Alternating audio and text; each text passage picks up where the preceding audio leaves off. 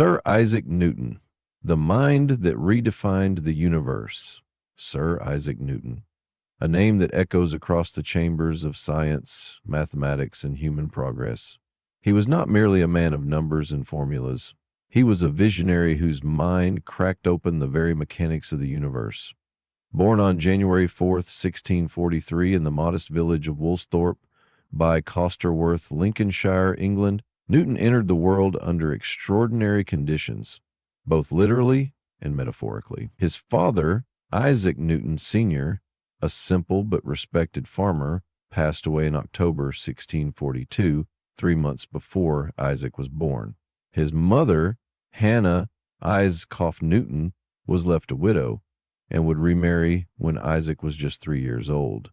But this new union led to a difficult separation. Isaac was left behind in the care of his maternal grandparents. It was the beginning of a life filled with emotional solitude, intense introspection, and a relentless pursuit of knowledge. As a child, Newton was not the prodigy we often imagine. He was, by many accounts, an average student. His early education was at the King's School in Grantham, where his academic abilities were, at first, unremarkable. In fact, at one point, his mother pulled him out of school with the hope that he would manage the family farm. But Isaac had no interest in the soil, no passion for tending livestock. His mind wandered far from earthly chores. He was drawn toward the sky, the stars, the mechanisms of nature. Eventually, he returned to school, and when he did, something changed. His mind began to blossom.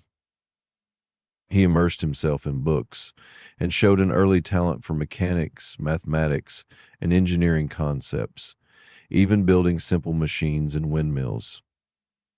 Soon, he was outperforming all his classmates. His passion for knowledge grew insatiable, and in 1661 he enrolled at Trinity College, University of Cambridge, as a sizar, meaning he received financial assistance in return for doing manual work for wealthier students. At Cambridge, Newton studied the standard curriculum, which was rooted in Aristotelian philosophy. But the scientific revolution was underway, and Isaac found himself increasingly captivated by the new ideas of Descartes, Galileo, and Kepler.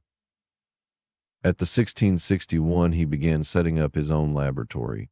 Isaac found himself increasingly captivated by the new ideas of Descartes, Galileo, and Kepler, and actually formed an opinion on the subject of birds and modifications. While others in his class followed tradition, Newton delved into the cutting-edge theories of motion, light, and mathematics. He was becoming something different, something rare, a thinker who didn't just absorb knowledge, but questioned its very foundations. In 1665, the university temporarily closed due to the outbreak of the Great Plague of London, a devastating epidemic that swept across England. Newton returned to his family home in Woolsthorpe, and it was during this period, isolated from teachers, classmates, and distractions, that he would experience what historians often call his annus mirabilis, or year of wonders. In the solitude of that countryside retreat, Newton made some of the most important discoveries in human history. He developed the foundational concepts of calculus, formulated early theories on the nature of light, and most famously, while sitting under an apple tree, began to ponder the force that causes objects to fall to earth. It wasn't the apple itself that made history. It was Newton's question, why?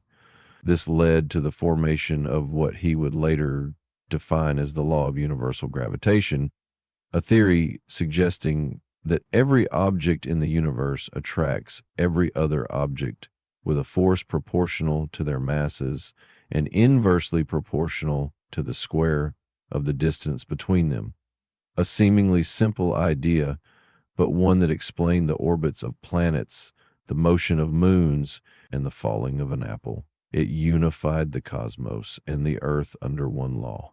Returning to Cambridge in 1667, Newton quickly rose through academic ranks, eventually becoming Lucasian Professor of Mathematics in 1669, a position once held by Stephen Hawking centuries later. His work continued to evolve, leading him to monumental breakthroughs in optics.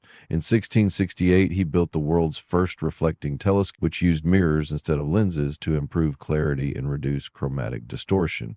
This innovation revolutionized astronomical observation and is still foundational in modern telescope design. But Newton was not only a theoretician, he was also a man of action. In 1696, he moved to London and accepted the post of Warden of the Royal Mint, later becoming its master. Here, he launched a personal campaign to eradicate corruption, counterfeit currency, and fraud.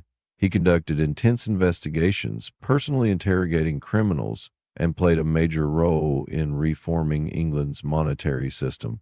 His work helped stabilize the British economy and demonstrated that his mind wasn't limited to theoretical science. It extended to law, policy, and national service. In 1703, Newton was elected president of the Royal Society, a position he held until his death. 2 years later, in 1705, he was knighted by Queen Anne, becoming Sir Isaac Newton, one of the few scientists in history to be so honored. Yet, it was in 1687, well before his knighthood, that Newton unveiled what many regard as his greatest legacy, the Philosophiae Naturalis Principia Mathematica, commonly known as the Principia. This monumental text laid out the three laws of motion and further cemented the law of universal gravitation. These laws became the cornerstone of classical mechanics, describing the movement of objects from the smallest pebble to the largest planet. Newton's first law of motion declared that an object remains at rest or in uniform motion unless acted upon by a force. His second law established that force equals mass times acceleration, F equals ma. And the third law, perhaps the most quoted of all, stated that for every action, there is an equal and opposite reaction. These laws reshaped our understanding of physics, laying the groundwork for technologies that would emerge centuries later: rocketry, satellite mechanics, even space exploration. In mathematics, Newton's development of calculus, which he referred to as fluxions, was just as revolutionary. Though it sparked controversy with German mathematician Gottfried Wilhelm Leibniz, who had independently developed a similar system, calculus remains a monumental achievement and a vital tool in physics, engineering, computer science, and economics today. Despite his immense contributions, Newton remained a complex figure, deeply spiritual, fiercely private, and at times contentious. He had intense rivalries, including with Robert Hooke and Leibniz, and often isolated himself from public life.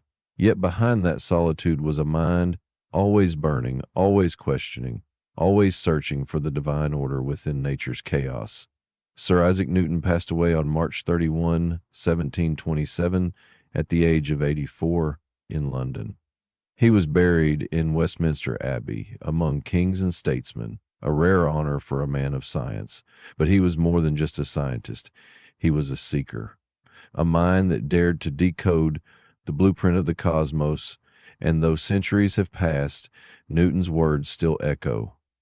Greater than, if I have seen further, it is by standing on the shoulders of giants. In every formula, in every spacecraft, in every telescope aimed at the stars, there is a trace of Newton's insight, his relentless pursuit to know why